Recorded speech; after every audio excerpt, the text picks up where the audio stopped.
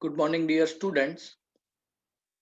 So yesterday we have completed with alimentary canal, that is entire gut system of the digestive system. Today we are going to discuss about the digestive glands. Actually, the role of the digestive glands is to support the digestion process through their secretions. And dear students, we have already studied about different types of the glands in chapter number 7. There are two different kinds of the glands, that is exocrine and endocrine gland. The exocrine and endocrine glands are having different types of the secretions. Exocrine glands are not going to secrete hormones, while the endocrine glands are obviously going to secrete hormones only.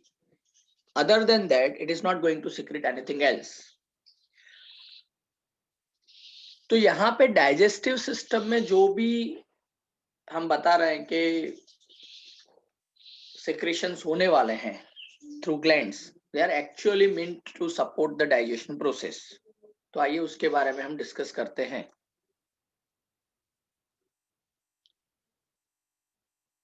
So digestive glands secrete digestive juices for digestion of the food.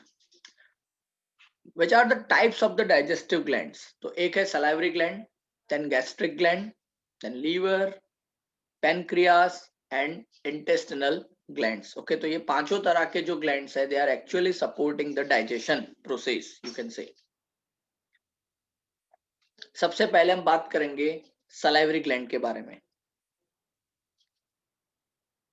So salivary gland जो है, it is present in 3 pairs. तो हमारे mouth में ही है, ये buccal cavity में ही है. और ये जो salivary gland है वो 3 पैर में यहाँ पे प्रेजेंट है. 3 पैर में यहाँ पे प्रेजेंट है, उसमें से कौन कौन से है? तो 3 में से 2 पैर जो है, these are called पैरोटिड्स gland. Parotid salivary gland जो है, it is in 2 pairs. They are largest salivary gland and you can find them in cheeks. Okay, तो cheeks जो है हमारे, okay, दोनों तरफ, वहां पे हमें ये पैरोटिड ग्लैंड देखने मिलते हैं. Okay, that is the parotid gland. ये आपका पैरोटिड डक्ट है. डक्ट का मतलब होता है ट्यूबुलर स्ट्रक्चर.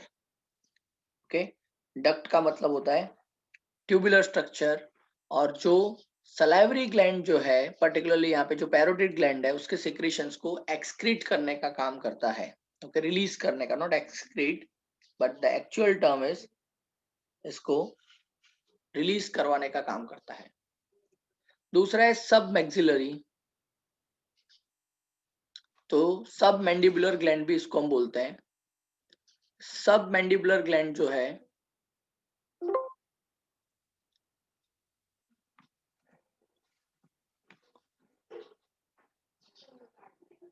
सब मैंडिबुलर ग्लैंड, तो वो भी 2 पैर में है. It is seen in lower जो. ओके, तो लोअर जो में यू कैन सी सब मैंडिबुलर डक्ट्स. ओके, और ये जो आपको दिख रहा है, दैट इज सब मैंडिबुलर ग्लैंड. ओके, तो ये भी जो के दोनों तरफ आपको देखने मिलते हैं, सब मैक्सिलरी या सब मैंडिबुलर ग्लैंड्स. तीसरा जो है, that is sublingual glands. तो वो भी 2 पैर में है. That is seen below the tongue. Tongue के ठीक नीचे आपको देखने मिलता है सब लिंगुअल ग्लैंड. ओके, तो वो भी 2 पैर में, 2 हैं एक्चुअली. तो 3 पैर यहाँ पे हो रहा है, दैट इज पैरोटिड, सब मैक्सिलरी के 2 और सब लिंगुअल के 2. तो कुल मिला के 3 पैर यहाँ पे देखने मिल रहे हैं. Okay, so each gland is present for 2 times. Okay, and they are going to secrete saliva. salivary gland जो है, उसका secretion क्या है? तो एक्चुअली हमें पता है कि उसके secretion को बोला जाता है सलाइवा, और उसका काम क्या है? It contains 99.5% of the water, mucin जिसको हम बोलते हैं म्यूकस, और कुछ एंजाइम्स भी वो सीक्रेट करता है, बहुत important, that is salivary amylase जिसको बोला जाता है टाइलिन, सलाइवरी अमाइलेज जिसको बोला जाता है टाइलिन, एंड लाइसोजाइम भी वो सीक्रेट करता है, एज वेल एज इलेक्ट्रोलाइट्स भी वो सीक्रेट करता है, जैसे कि sodium ions, potassium ions, chloride ions and HCO3 minus ions, okay, bicarbonate, carbonate ions, fine. So आप देख सकते हैं यहाँ पे वाटर है 99.5% वाटर, और बाकी का जो पूरा कंटेंट है सलाइवा में उसमें क्या क्या है? तो एक तो म्यूकस जो उसको एक विस्कोसिटी प्रोवाइड करता है, लुब्रिकेशन प्रोवाइड करता है, लुब्रिकेटिव नेचर प्रोवाइड करता है। दूसरा है सलाइवरी अमाइलेज जिसको बोला जाता है टाइलिन। सलाइवरी अमाइलेज जो है उसका काम है स्टार्ची फूड मटेरियल जो है उस स्टार्ची फूड मटेरियल को डाइजेस्ट करना। तो पार्शियल डाइजेशन यहीं से शुरू हो जाता है, फ्रॉम योर बकल कैविटी। और दूसरा एक एंजाइम है that is lysozyme. What is the function of lysozyme? Lysozyme is the enzyme which can kill bacteria. तो डियर स्टूडेंट्स, बहुत बार ऐसा होता है कि हमारे फूड में बैक्टीरिया, ऐसे कुछ इन्फेक्शियस ऑर्गेनिज्म भी हो सकते हैं, लेकिन लाइसोजाइम जो है which is present in saliva, ये क्या करता है? तो it is actually degrading the cell wall of this bacteria and obviously going to kill them. तो प्रोटेक्शन की शुरुआत, मतलब फूड या वाटर बॉर्न डिजीज जो है, ओके, वो उसको प्रिवेंट करने का जो काम है वो यहीं से शुरू हो जाता है, from saliva. Actually the location is buccal cavity, आपके माउथ से ही ये शुरुआत हो जाती है। इलेक्ट्रोलाइट्स का क्या रोल है सलाइवा में? तो इलेक्ट्रोलाइट्स जो है वो आपके फूड के साथ मिक्स होते हैं और उसको डाइजेस्ट होने में हेल्प करते हैं, ओके, उसको बफरिंग कैपेसिटी भी प्रोवाइड करते हैं, एज वेल एज उसको डाइजेस्ट करने में सपोर्ट करते हैं। That is the function of the electrolytes. Fine, the second gland is gastric gland. तो जो गैस्ट्रिक ग्लैंड है उसमें क्या क्या है? तो गैस्ट्रिक ग्लैंड्स जो है they are tubular glands found on the inner wall of the stomach. They secrete acidic gastric juice that is 1.8 to 2 pH, okay, इतना उसका acidity है। Gastric glands consist of 3 kinds of the cells, वहां पे 3 तरह के cells आपको देखने मिलेंगे, that is mucus neck cells, then chief cells that is zymogen और पेप्टिन सेल्स, और ऑक्सेंटिक सेल्स। ये इस तरह के सेल्स आपको यहाँ पे 3 तरह के सेल देखने मिलते हैं। You can find over here mucus cells, the cells which are actually releasing the mucus. दूसरे यहाँ पे आपको स्पेशलाइज्ड येलो कलर के सेल दिख रहे हैं, those are called chief cells. ये पूछा जाता है बहुत बार क्वेश्चन, जिसको बोला भी जाता है zymogen और पेप्टिक सेल्स, zymogen और पेप्टिक सेल्स। और तीसरे जो सेल्स हैं दोज आर ऑक्जेंटिक सेल्स, जिसको बोला जाता है पेरिएटल सेल्स, जो यहाँ पे आपको रेड कलर के दिखाए गए हैं, पेरिएटल सेल्स, ओके। तो 3 तरह के सेल इनके पास है गैस्ट्रिक ग्लैंड्स के पास, ओके, म्यूकोजल, चीफ और ऑक्जेंटिक सेल्स। और गैस्ट्रिक आपको कहाँ पे देखने मिलेगा? ऑब्वियस है, गैस्ट्रिक ग्लैंड है आपके जो स्टमक का वॉल है वहां पे, और आपका जो पूरा गट लाइनिंग है विल यहाँ पे स्मॉल इंटेस्टाइन, वहां पे गैस्ट्रिक ग्लैंड का लोकेशन आपको देखने मिल सकता है। You can see over here, यहाँ पे सेक्शन आपको स्टमक से ही करके दिखाया हुआ है, ओके। और अंदर का ये जो ब्रश बॉर्डर सरफेस बन रहा है, okay, because of the presence of the microvilli, उसी माइक्रोविले के ऊपर ये सभी तीनों तरह के सेल्स प्रेजेंट होते हैं, that is mucus neck cells, chief cells and oxyntic cells. ये तीनों सेल बहुत इंपॉर्टेंट है, रिपीटेडली पूछे जाते हैं।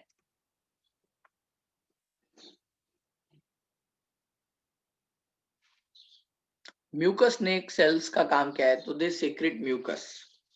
Mucus and bicarbonates protect the stomach wall, that is mucosal epithelium, from HCl and prevents auto digestion, okay। तो mucus एक तो हमें पता है लुब्रिकेटिव नेचर है उसका, तो वो लुब्रिकेशन प्रोवाइड कर रहा है, अच्छे से मूवमेंट करवा सकता है, जो फूड हमने इंजेस्ट किया है उसका जो बॉलस बना हुआ है उसको अच्छे से मूव करवा सकता है थ्रू द एलिमेंट्री कैनाल। और उसके साथ जुड़ते हैं कौन, तो बाइकार्बोनेट आयंस। तो ये स्टमक वॉल को प्रोटेक्ट करते हैं। कौन सा है stomach wall? That is your mucosal epithelium from HCl। क्यों? तो वहां पे 1.8 से 2 pH वाला जो HCl सीक्रेट हो रहा है, obviously it is going to have damaging effects. लेकिन आपके डाइजेस्टिव सिस्टम के सेल्स को कोई इफेक्ट नहीं हो रहा है, आपके स्टमक के सेल्स को कोई इफेक्ट नहीं हो रही है उसकी HCl की, because of the presence of mucus. और दूसरा बाइकार्बोनेट जो है वो बफरिंग करवा देता है वहां पे, और उसी वजह से HCl की नेगेटिव इम्पैक्ट वहां पे नहीं होती है। And it is preventing, so that it is preventing auto digestion. Okay, अपना सेल्फ डाइजेशन करने से उसको प्रिवेंट करवाता है। ओके, दूसरे हैं चीफ सेल्स, जिसको हम जाइमोजन और पेप्टिक सेल भी बोलते हैं। They secrete pro enzymes like pepsinogen and prorennin and some lipase enzyme. तो चीफ सेल्स का जो काम है ना, वो कुछ एंजाइम सीक्रेट करते हैं, that is pepsinogen and prorennin and some of the lipase enzyme they are going to secrete. तो यहाँ पे आगे जब हम बायोकेमिस्ट्री पूरा पढ़ेंगे डाइजेस्टिव सिस्टम में कैसे पूरा चलता है डाइजेशन, तब पता चलेगा कि पेप्सिनोजन का रोल क्या है। मैं अभी आपको सिर्फ बता देता हूँ कि pepsinogen is required for the digestion of the proteins, prorenin is also required for the digestion of the proteins, lipase is required for the digestion of the lipids. Okay, और ये कैसे काम करते हैं उसके बारे में हम आगे डिस्कस करने ही वाले हैं। तीसरे जो सेल्स हैं, दोज आर ऑक्सिंटिक या पेरिएंटल सेल्स। तो दे secrets HCl and Castle's intrinsic factor for absorption of vitamin B12। तो HCl को सीक्रेट करते हैं ऑक्सिंटिक सेल्स, और उसके साथ साथ कैस्टल्स इंट्रिंसिक फैक्टर CIF जिसको बोला जाता है। तो CIF का बहुत इंपॉर्टेंट रोल है for the absorption of the vitamin B12। Vitamin B12 की डेफिशिएंसी बहुत सारे लोगों में हमें देखने मिलती है। ओके, तो B12 की डेफिशिएंसी है तो उसकी वजह से बहुत सारे इम्पैक्ट भी होते हैं, राइट। लेकिन कैस्टल्स इंट्रिंसिक फैक्टर जो है वो क्या करता है, आपके फूड में जो भी विटामिन B12 है उसको एब्जॉर्ब करवाने का काम ये करता है। और कौन सीक्रेट करता है इसको? ऑक्सिंटिक पेरिएटल सेल्स। सो ये तीन तरह के सेल्स जो हैं, इनके बारे में नीट में ऑब्वियसली क्वेश्चन पूछे जाते हैं अबाउट देयर फंक्शंस।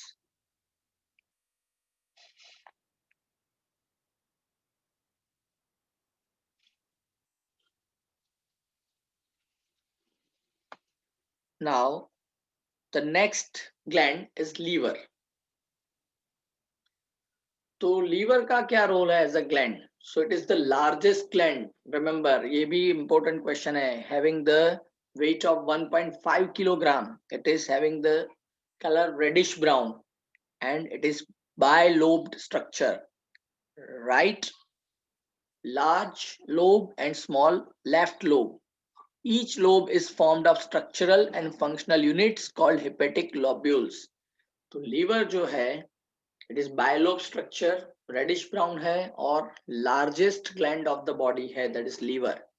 और लोब का क्या रोल है यहाँ पे? बायलोब हम बोल रहे हैं, उसमें एक जो राइट लोब है, okay, that is the large lobe. You can find over here, ये जैसा हम्प के जैसे पूरा यहाँ पे दिख रहा है, that is the large lobe and this is the small lobe. आप देख सकते हैं it is directly connected with the small intestine. Okay, तो अपने अंदर जो भी उसका प्रोडक्ट बन रहा है which is which actually it is going to secrete, okay, वो उसके वो कहाँ पे जाने वाला है?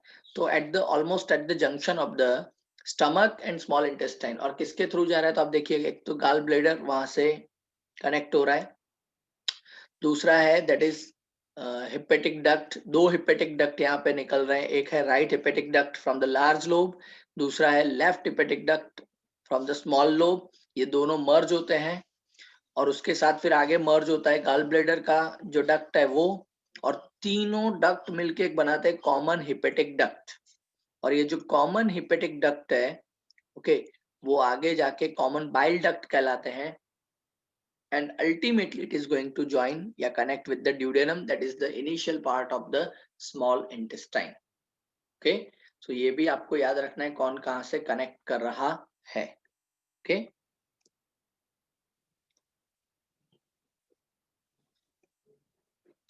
so a lobule has, दो लोब है उसमें से एक राइट और एक left. lobule has many hepatic cells arranged as cords around a central vein. They secrete alkaline bile juice. Liver lobule is covered by Gleason's capsule.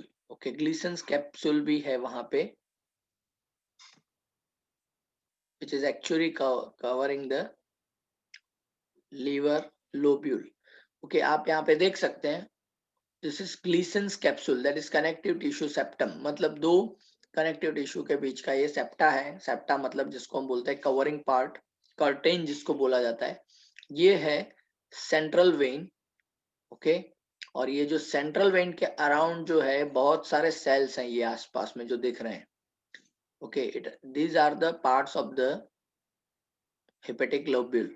इसीलिए आप देख सकते हैं यहाँ पे बोला गया हेपेटिक लोब्यूल. ओके ये सेंट्रल वेन है. वेन का काम क्या होता है? To carry the blood. और ये सभी सेल्स जो है surrounding they are secreting the bile juice.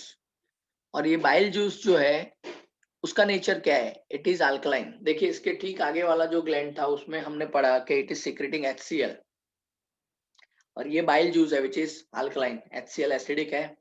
और लीवर जो है उसको प्रोटेक्ट करने के लिए कवर किया जाता है ग्लीसन्स कैप्सूल के थ्रू. ओके यहाँ पे आपको एक हेपेटिक लेब्यूल का डिटेल स्ट्रक्चर भी दिखाया गया है. You can see over here. Okay it is called portal tried. यहाँ पे 3 वाला जो पूरा स्ट्रक्चर दिख रहा है that is called portal tried. Okay this is bile duct, the green one. The blue one, the purple one is a portal vein and the red one is a hepatic artery. तो portal triad आपका cover हो रहा है, that is hepatic artery, portal vein और bile duct ये green वाला. okay और ये सारे जो cells दिख रहे हैं those are called hepatocytes, means the cells of the liver. और ये बीच में जो आपको दिख रहा है central vein. okay और ये जो बीच में गैप है that is interstitial fluid वाला structure पूरा, that is sinusoid. It is called sinusoid. Okay तो ये पूरा वैसे एक सिंपल सा स्ट्रक्चर है okay of the liver lobule. Now what are the function of the liver secretions? तो लीवर का सबसे इंपॉर्टेंट अगर कोई सिक्रीशन है तो that is bile. Bile juice के फॉर्मेट में ये सिक्रेट होता है. बाइल जो है वो हेपेटिक डक्ट से gall bladder, then cystic duct और कॉमन बाइल डक्ट, वहां से कॉमन हिपेटोपेनक्रेटिक डक्ट और लास्ट में ड्यूडेनम में पहुंचता है. ये हमें पता है. ये अभी अभी मैंने जस्ट आपके साथ डिस्कस किया हुआ है पूरा pathway of the bile. Bile that is bile through hepatic duct, then gall bladder and then to the cystic duct, फिर कॉमन बाइल डक्ट में सबमर्ज हो रहा है, फिर कॉमन हिपेटोपेनक्रेटिक डक्ट. ओके कैसे हो रहा है? देखिए ये कॉमन बाइल डक्ट है, ये आपका पेनक्रियाटिक डक्ट है क्योंकि पेनक्रियास का सिक्रेशन आ रहा है और यहाँ पे कनेक्ट हो रहे हैं दोनों, तो that is called common hepatopancreatic duct. मतलब लीवर का सिक्रेशन और पेनक्रियास का सिक्रेशन दोनों यहाँ पे मिक्स हो रहे हैं, और ये दोनों मिक्स होने के बाद जा रहे हैं स्मॉल इंटेस्टाइन के ड्यूडेनम में. आप देखिए यहाँ पे दिखा रहा है ऐसा, राइट. तो ये पूरा पाथवे है bile transportation from liver to duodenum. Okay fine. यहाँ पे भी आप देख सकते हैं अच्छे से hepatopancreatic duct is guarded by sphincter of OD. Important question. It is protected by or guarded by sphincter of OD. ये क्वेश्चन पूछा जाता है. आप देख सकते हैं पूरा कैनाल ओके जो अभी हमने डिस्कस किया वही पूरा है. बाद में आप देख सकते हैं ये पेनक्रियास का डक्ट है और पेनक्रियास का डक्ट भी यहाँ पे मर्ज हो रहा है और बाद में ये कॉमन बन रहा है हिपेटोपेनक्रियाटिक डक्ट. और हिपेटोपेनक्रियाटिक डक्ट जब ओपन हो रहा है स्मॉल इंटेस्टाइन में, तो वहां पे हमें एक वाल्व चाहिए to control the release of this secretion. वो कंट्रोल करने के लिए यहाँ पे एक जो वाल्व रखा गया जिसको बोला जाता है मस्कुलाइन वाल्व है, दैट इज उसको बोला जाता है sphincter of OD. Sphincter of OD, very important question, किसको कंट्रोल करता है? तो हिपेटोपैनक्रेटिक डक्ट का जो सिक्रीशन है उसको कंट्रोल करने का काम ये करता है। Bile has no enzymes, but it contains bile pigments, that is bilirubin and biliverdin, bile salts, cholesterol and phospholipids। तो bile secretion जो हो रहा है that is bile juice, उसमें कोई भी एंजाइम नहीं है, but it contains what? तो एक तो बहुत इंपॉर्टेंट इसके बारे में आपको याद रखना है, बाइल पिगमेंट्स यहाँ पे सीक्रेट होते हैं, that is bilirubin and biliverdin। दूसरा है पिगमेंट्स है मतलब इनका कोई कलर है, राइट? तो it is reddish orange colour के शेड पे ये जाने वाला है। बाइल सॉल्ट्स यहाँ पे होते हैं, कोलेस्टेरॉल भी है और फॉस्फोलिपिड्स भी बाइल जूस में सीक्रेट होते हैं।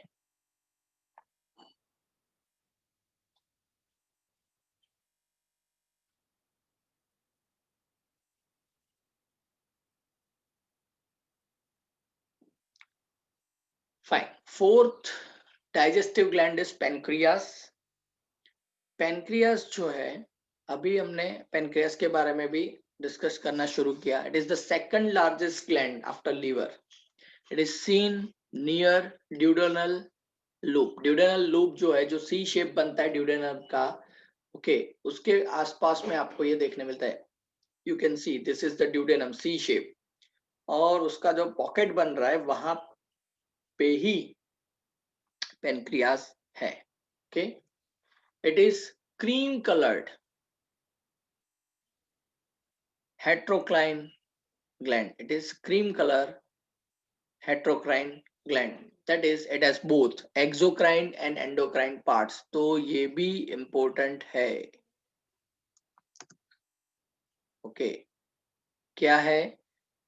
तो आपका जो पेनक्रियास जो है, it is having dual properties. वो एक्सोक्राइन ग्लैंड के जैसे भी काम करता है और एंडोक्राइन ग्लैंड के जैसे भी काम करता है। एंडोक्राइन ग्लैंड मतलब एंजाइम सिक्रेट करेगा, और एक्सोक्राइन ग्लैंड मतलब वो एंडोक्राइन ग्लैंड मतलब वो हार्मोन सिक्रेट करेगा, और एक्सोक्राइन ग्लैंड जो है वो हार्मोन के अलावा बाकी के जो भी सिक्रेशंस है उसमें म्यूकस भी हो सकता है, उसमें एंजाइम्स भी हो सकते हैं, ये सभी चीजें वो सिक्रेट करने वाला है as an exocrine gland.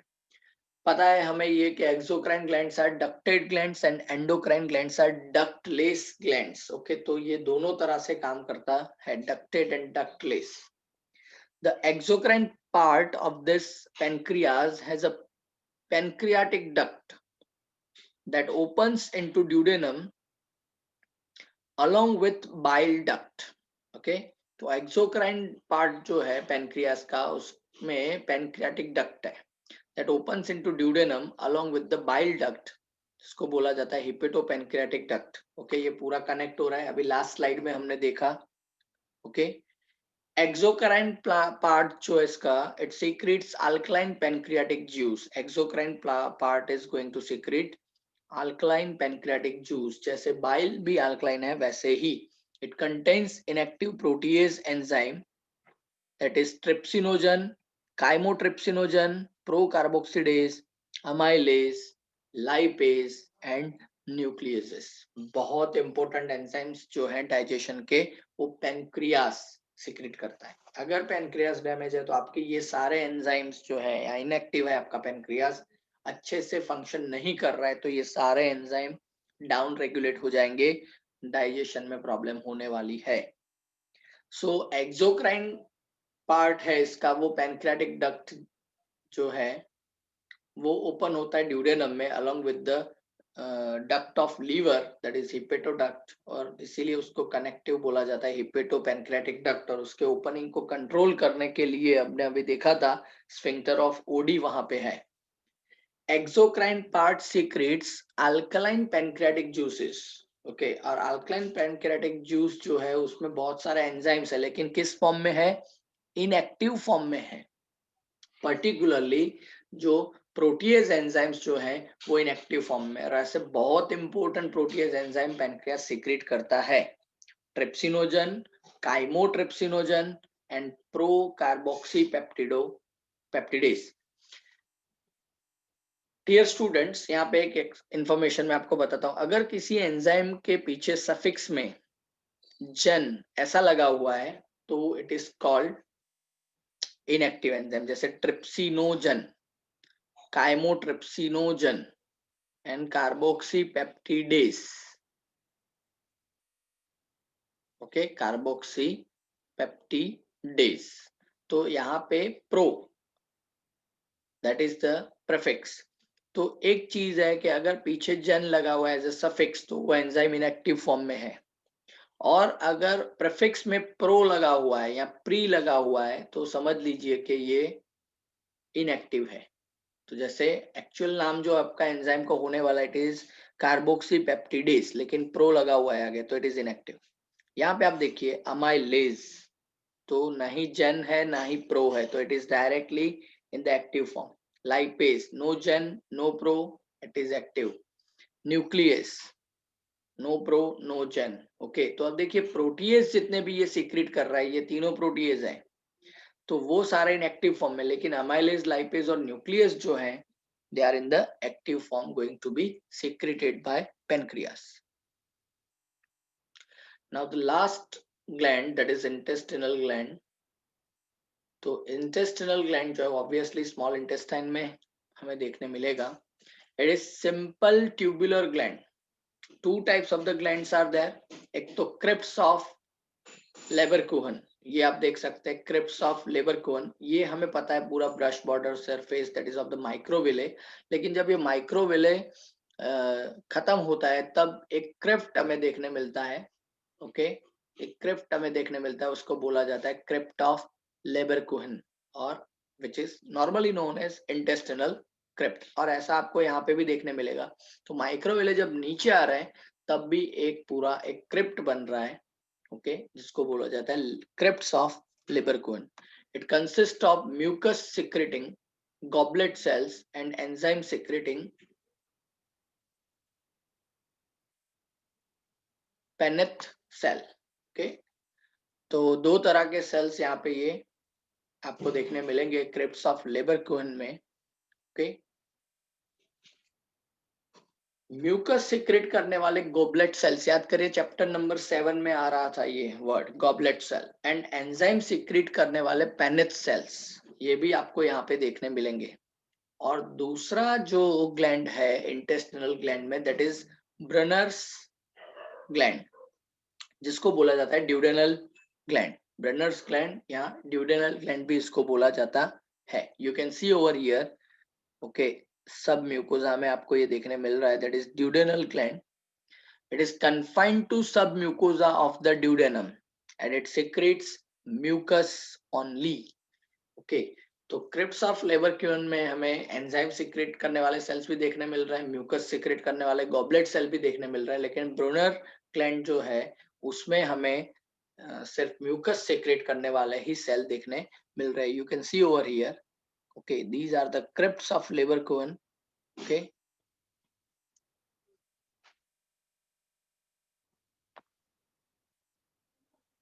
So intestinal gland secrete alkaline intestinal juice. देखिए स्टमक के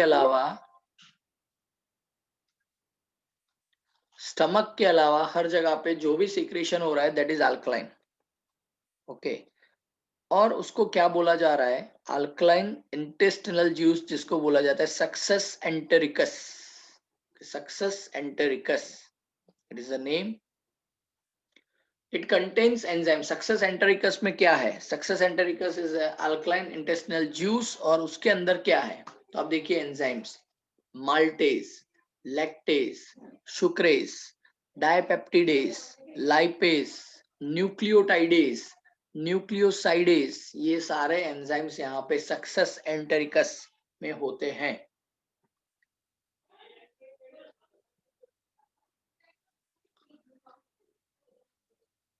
The bicarbonate and the mucus which is secreted in this juice provide alkaline medium and protect intestinal mucosa. तो dear students, ये भी याद रखिए, जहां कहीं भी डाइजेस्टिव सिस्टम में हम बोल रहे हैं कि इट इज अल्कलाइन, तो वहां पे बाइकार्बोनेट आयन है, बिकॉज बाइकार्बोनेट बफरिंग सिस्टम है. Bicarbonate is a buffering system of our digestive system. तो जहां कहीं पे भी अगर हमें वर्ड मिल रहा है पूरे डाइजेस्टिव सिस्टम में कि यहाँ पे इस जूस में या इस सिक्रीशन में अल्कलाइन कंडीशन है, तो समझ लीजिए it is because of the bicarbonate ion HCO3 minus की वजह से हो रहा है. Okay okay? और जहां कहीं भी म्यूकस है, obviously it is providing lubrication to pass on the food, ingested food. Okay, so ये अल्कलाइन कंडीशन प्रोवाइड करता है and protect the intestinal mucosa. क्योंकि एसिडिटी यहाँ पे बहुत है अपने फूड डाइजेशन सिस्टम में, जो हम डाइजेस्ट कर रहे हैं वहां पे, और पर्टिकुलरली स्टमक में तो जो सिक्रेशन हो रहा है हाईली एसिडिक. तो उसको न्यूट्रलाइज करने के लिए और हमारा पूरा जो लाइनिंग है गट का उसको प्रोटेक्ट करने के लिए हमें काउंटर करना पड़ेगा एसिड को थ्रू बेसिस अल्कलाइन कंडीशन से, और उसमें बाइकार्बोनेट इज हेल्पिंग अस.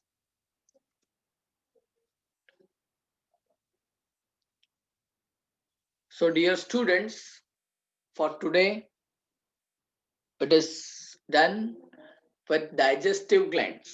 तो हमने दो लेक्चर में दो पार्ट कवर किए हैं. Number 1, that is alimentary canal in the first lecture. In second lecture, in today's lecture actually, we have completed with digestive glands. और अभी जो थर्ड पार्ट हमारा शुरू होने वाला है, that is digestion of the food. Okay, तो food digestion जो है पूरा, उसको जब हम स्टडी करेंगे तब इन सभी एंजाइम्स और सिक्रीशन का रोल क्या है उसके बारे में हम अच्छे से समझ पाएंगे. अभी हमने पढ़ा है कि फूड का रूट क्या क्या है, कहाँ से रूट है पूरा, माउथ से लेके एनस तक का पूरा रूट, और कहाँ पे कौन सा ऑर्गन है पूरे सिस्टम में, उसके बारे में देखा है. नंबर 2, जब फूड वहां से पास ऑन हो रहा है थ्रू द एलिमेंट्री कैनाल, तो उनको फ्यूल कौन प्रोवाइड कर रहा है, मतलब सपोर्ट कौन कर रहा है मूवमेंट करने के लिए, through variety of the means, through variety of the secretions. तो वो ग्लैंड्स हमने देखे. नेक्स्ट लेक्चर में हम देखेंगे digestion of the food through variety of the enzymes. और डाइजेस्ट हो गया पूरा का पूरा फूड, उसके बाद जो न्यूट्रिशन रिलीज हुआ है उसका एब्जॉर्प्शन, और उसके बाद हम देखेंगे about disorders related to the digestive system. Disorders related to the digestive system, उसके बारे में हम डिस्कस करने वाले हैं. So most probably in next two lectures our entire chapter is going to be completed. Okay, so till now it is fine. Have a nice day.